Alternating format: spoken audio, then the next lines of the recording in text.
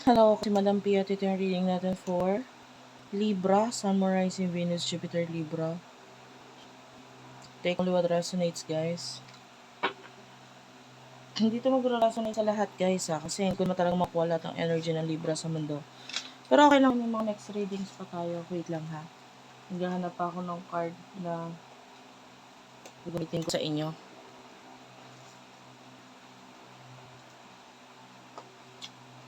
I'm feeling this one. Sa mga gustong personal reading, open tayo. Madam, space P. Space pa sa dulo. Pag di mo ma-search Virgo, ay hashtag Libra Philippines, ayan, pwede mong i-search yan sa Facebook. Okay, let's start. Wait lang, inom lang ako.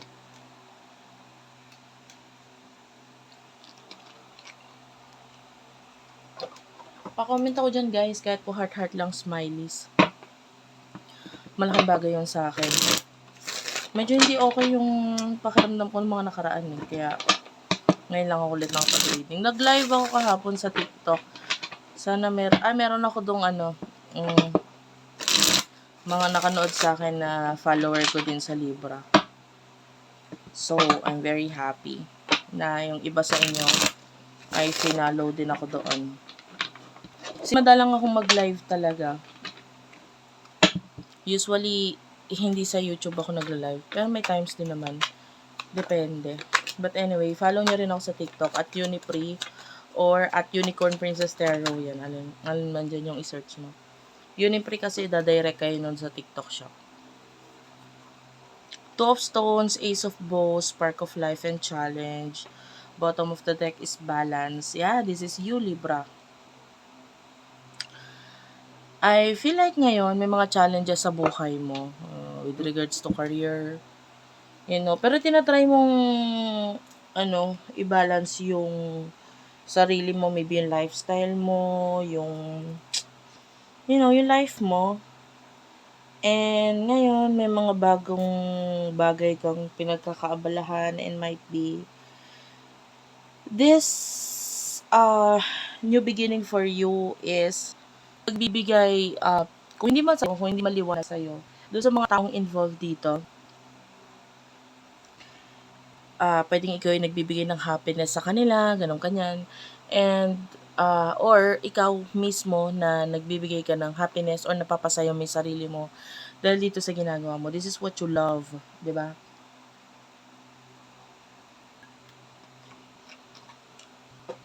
For what I can see here, dami nainggit sa'yo, ha? Nakakita ko ng mga competitors, especially yung iba sa inyo kung may negosyo ka or what, dami nainggit sa'yo. Inggitin mo pa lalo. The more na may mga bago kang sinisimulan or ginagawa with regards to your career or sa negosyo mo, di ba? Nahihiwagaan sila eh. Parang gusto din nilang malaman kung ano ba yung ginagawa nun. Parang interesado ko or gusto nila. Parang interesado silang malaman yung mga ginagawa mo. Of course, itong mga, I feel like kalaban. They want you to fail. Gusto nilang ikaw ay bumagsak, mapabagsak kanila. Kasi parang trophy yun sa kanila, parang accomplishment yun. Pag nakikita nila na bumabagsak ka, of course, kung kalaban mo itong mga to. But you keep on fighting, palaban ka rin naman eh. Person nakakonect mo pagdating sa love, sino to? Oh. This person is heartbroken right now. Hindi siya okay, nasasaktan siya. Three of Arrows is here. And you do have your Eight of Bows. Nasaktan yung person na to. Okay? Kasi parang feeling niya no chance na or hindi ka na para pumansin or pansinin pa siya. Parang ganon. Or hindi ka na, maybe in the past, you are the one na nagagawa ng actions regarding sa connection ninyo para magkaroon ng connection sa inyo. Parang umasa siya or ganon, nag-expect siya na ikaw ulit ang gagawa ng action para magkaroon ng connection sa inyong dalawa. But then, parang wala siyang napalae kasi feeling niya you're already busy, you are with your people, you know what I mean? So, parang hindi na siya kasama sa circle mo, and this person is really broken-hearted because of that. Ang weird din naman kasi ng person mo kasi ang energy niya, parang ginawa mo yung mga actions na dapat mong gawin, pero parang hindi naman niya pinahalagahan yon, or siya pa nga yung lumayo, siya yung umiwas, siya yung, there's a lot of reason for you to stop dahil doon sa mga ginawa niya, na parang, tama na, ayoko na. Kasi parang ganon, ikaw na lang din yung nag-give up. Kasi, ano pa bang mapapala mo? Etong taong to, ginawa mo naman eh. Yung iba sa inyo, inilaban mo, umaksyon ka para magkaroon ng connection, so on and so forth sa inyong dalawa. Kaya lang wala talagang mapala sa kanya eh. So, parang sayang lang din. And you know your value. Especially yung iba sa inyo, hindi lang sarili mo ang kaya mong tulungan, kaya mo tumulong din sa iba. 'Di ba? At minsan mo hindi lang isang beses mo napatunayan sa sarili mo yan na may mga tao kang tinulungan, na iahon mo yung buhay nila, natulungan mo sila, pero pag nawawala ka sa buhay nila, bumabagsak sila, parang ganon. Or, there's this energy na may mga tinulungan ka, pero tumaas ang ego, 'di ba? Tapos sa halip na maging thankful sa'yo, kinalaban ka. I mean, that is not just once. There's hidden enemies na nakukuha natin sa'yo. Like maybe kaibigan mo, katrabaho mo, kapartner mo sa trabaho, sa negosyo. And then, of course, at first, tinutulungan mo siya. And then,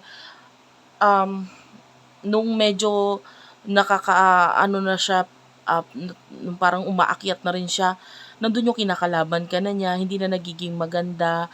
And then, of course, dahil dun sa fight or sa ego nitong taong to, ikaw na lang din yung umalis, lumayo. And then, what happened? You see what happened? Yung karma is bumabalik sa kanila. Umaga, ikaw yung tipo ng taong hindi pwedeng kalabanin ng kusino man. Kasi, you have, yung universe na sa likuran mo eh. Parang the universe is helping you. Kahit wala kang gawin, kinakarma yung mga taong to nang wala kang ginagawa at all. You know, pinagpasa universe mo na.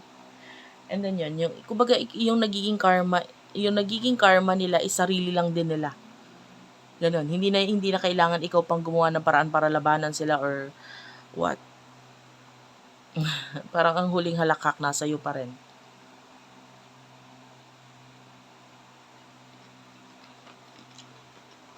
Okay.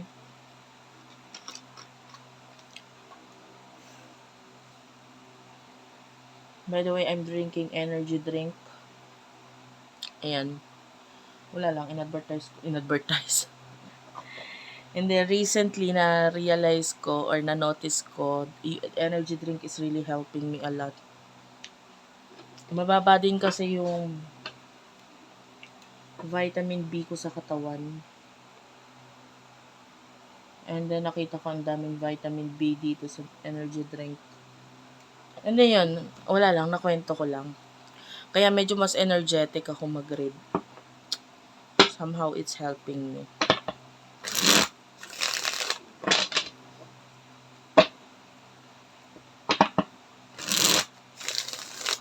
Anyway, saka isa pa naiinis ako. Meron kasi akong in-order na parang rod. Yung rod na nagde-detect din ng tubig. Nainis ako kasi na-cancel. Gusto ko sanang gamitin yun.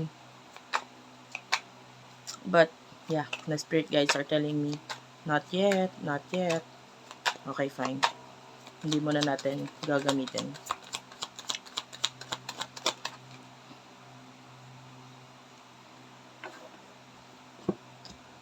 You do have the 4 of arrows, 10 of stones. Comment kayo dyan sa baba.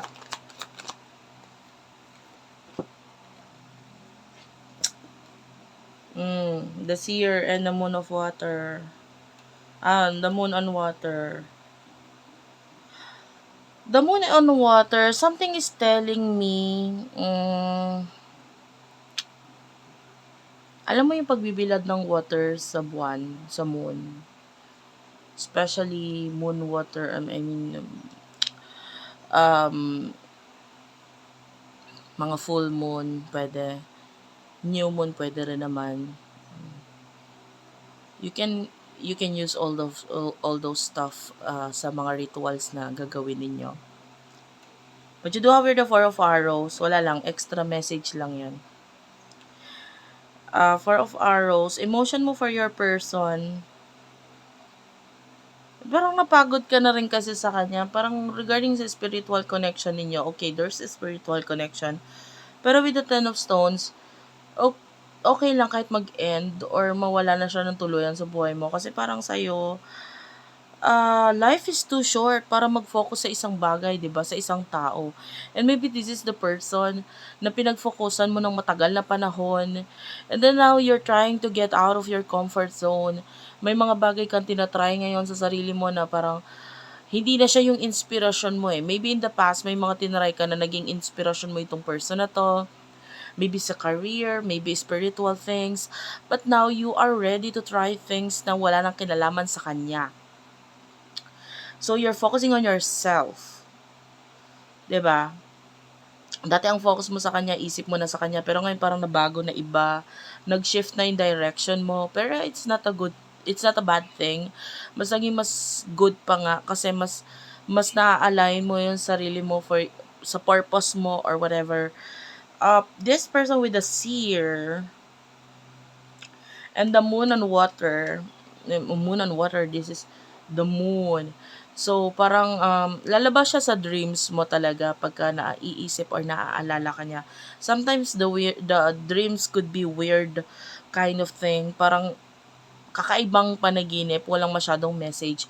But naalala or naisip ka niya, so lumabas siya sa panaginip mo. Pero kasi para sa'yo, hindi na kasi yun yung focus mo, hindi na siya. So, kumbaga, pag lalabas siya sa panaginip mo, okay, napanaginipan ko siya, ganun lang. Wala nang, hindi katulad dati na hanapan mo pa ng message, aalamin mo pa ano ba ibig sabihin nun, makinig kaya ako ng tarot readings kasi baka nandito yung sagot. You know what I mean? Parang, okay, kung mararamdaman ko siya, kung spiritually ay lalabas pa rin siya sa panaginip ko or maaalala ko pa rin siya, okay. Pero hindi na ganun na, alam mo yun, parang na-obsess or na-addict ka na sa kanya before in the past. So, I'm feeling that energy. And the seer, nagkakaroon siya ng glimpse of the future, glimpse of the past. It could be, this person is daydreaming of you, na ganito sana buhay ko kung magkasama tayo or kung hanggang ngayon may connection tayo, etc. etc. So, parang may mga panghihinayang itong person na to. Okay. Whew. So, what will happen in the future? Don't worry guys, kasi uminom naman ako ng energy drink, kumain naman ako. Para dun sa ibang nag-aalala sa akin. Kasi natutuwa ako yung iba nagko-comment sila ng kung ano-ano.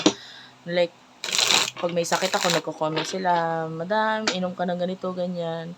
Nababasa ko yung mga comment ninyo. I love you all guys. Thank you sa mga pag-aalala nyo sa akin sa tuwing hindi ako okay.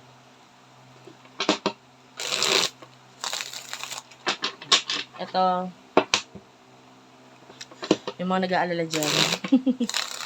Pero yung ibang wala namang pakialam, nanonood lang na reading. Wala lang. Hindi ka lang. Ganito lang talaga ako. Alam na yan ng mga naka-subscribe sa akin ng matagal. So, what will happen in the near future for you? Yeah, I'm not your normal tarot reader. I'm sorry. Para doon sa ibang hindi gusto yung ginagawa kong ganun. Queen of Stones, Seven of Stones, there's healing for you, Queen of Stones. Yeah, you're someone na, katulad ng isang bear, di ba? Kumbaga, nandito ka sa stage mo ngayon na you're hibernating, you're resting, wala kang pakialam sa iba, you're ready to cut off whatever whatever is needed na hindi mo kailangan, whether people, maybe hobbies, lifestyle, you're ready to cut them off kasi you feel okay, you feel happy sa kung ano yung meron ka, contented ka sa kung ano yung binigay sa'yo, talents mo, skills mo, parang okay ka na dyan. You are someone who is very confident enough na parang namamahinga lang ako, pero once I get out there, I know I'm someone na may hindi ko na kailangan patunayan ng sarili ko. Iba yung aura mo eh, mataas ang tingin sa'yo ng ibang tao. For now, pwedeng nakakaranas ka ng mga experiences wherein hindi mo rin alam kung paano mo haharapin. Maybe yung iba sa inyo, you're having anxiety, depression, maybe you're thinking about paano ilaban yung ganito, ganyan, whatever your challenges in life is. Pero kaya mo yan. Ang maganda dito, hindi mo pinipressure yung sarili mo. 'Di ba? Tsaka tama yun, pahinga mo yung sarili mo. Sarili mo. Ipahinga mo yung sarili mo, okay? In the near future for you. Five of Stones, the World Tree. Okay. Page of Stones. Okay.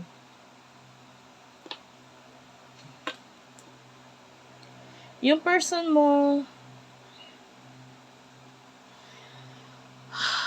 ang dami niya tinitiis dito sa part na ito. Hindi niya alam kung paano makaalis dito sa sitwasyon niya. Ang dami niya tinitiis.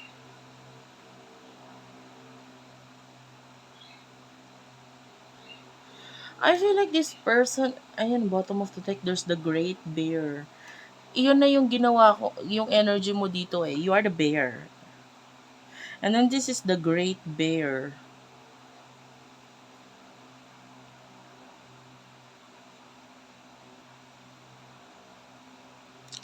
Parang pataasan kayo ng ego nitong person na to in the near future. I feel like sooner or later, itong person na to will try to prove you na mas okay dito sa side ko or mas okay itong choices ko in life or mga ginawa ko. But then you don't care, wala kang pakialam.